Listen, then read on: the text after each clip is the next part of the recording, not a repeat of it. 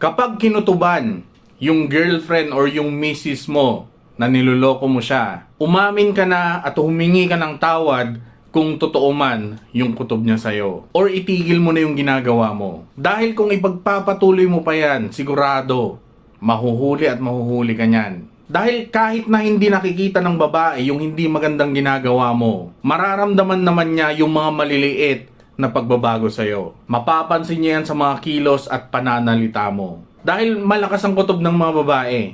At kadalasan, 99.9% nagiging totoo yung kutob nila. Kaya kahit na super galing mong magtago or kahit na anong tanggi mo sa kanya, sigurado, hindi ka makakalusot dyan. Kaya ngayon pa lang, ayusin mo na yan. At huwag mo nang hintayin pa na makahanap siya ng ebidensya bago mo itigil yung ginagawa mo. Dahil mas mahihirapan ka na humingi ng tawad kung sa iba pa niya malalaman. Or kung siya mismo yung makahuli sa'yo. Swerte mo na lang kung sobrang bait ng jowa or misis mo. At kaya kanyang patawarin kahit mahuli ka niya sa ginagawa mo. Pero paano na lang kung ang nahanap mong babae ay alam niya yung halaga niya sa sarili niya. At hindi siya nag-aaksaya ng oras sa mga lalaki na hindi marunong magpahalaga sa kanya at sa relasyon nila. Wala na. Goodbye na, 'di ba? Kaya kung ayaw mong mawala siya sa'yo, itigil mo na yan.